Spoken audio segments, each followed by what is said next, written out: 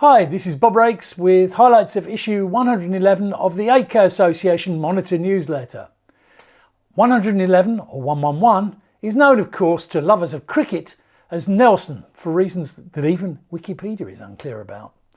Anyway, here's our issue 111, or Nelson's column I guess. One of the interesting events in the year for the HDR Association is the 4K HDR Summit, which takes place in person in Malaga, Spain in November, and is also available virtually. Spain and France already have 4K terrestrial free-to-air broadcasts, and delegates to the event are always looking for the next step in video, including 8K. This year we wrote 4 articles based on presentations at the event. NHK has often attended the 4K HDR Summit, and this year announced an 8K by 8K camera sensor that it has developed. The sensor is basically double the height of a regular 8K Ultra HD sensor, and that's important for VR and immersive applications. We've also reported a talk by NASA in which they describe how they're capturing more content on the International Space Station in 8K and streaming it back to the ground. They're also upgrading their ground infrastructure to support the use of 4K. Juan Reyes has just replaced Mike Fiedler as Executive Director of the HDR Association. We all wish Mike a long and happy retirement.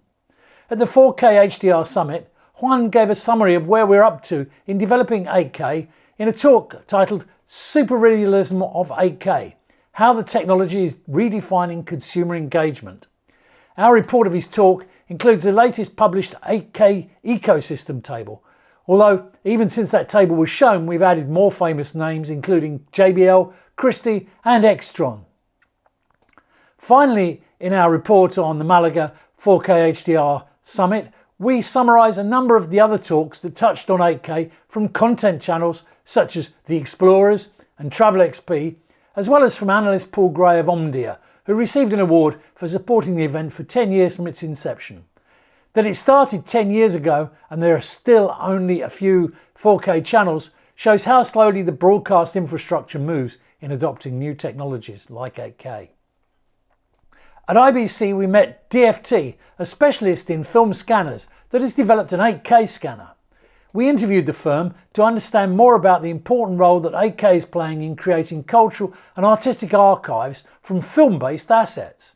Often these old films are very fragile, but are important historical documents. We dug into the challenges of converting the film into digital files.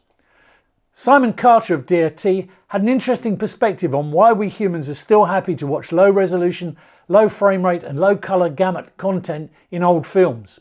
Check the article for more on this. The Media Coding Industry Forum, MCIF, is the organisation that promotes the use of new video standards after they have been created by MPEG and others.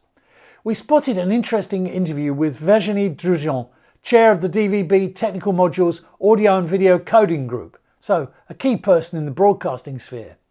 She spoke about the advantages of the VVC codec, which we've reported on extensively.